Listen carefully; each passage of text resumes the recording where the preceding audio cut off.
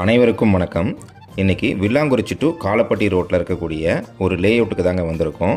இங்கே ஒரு 3 பிளாட்டு சேல்ஸுக்கு வந்திருக்குங்க. அதை பார்த்த டீட்டெயில்ஸ் தான் இன்றைக்கி நம்ம பார்க்க போகிறோம். ஒன் பை ஒன்னாக நம்ம பிளாட்டோட சைஸ் என்னன்னு பார்க்கலாங்க.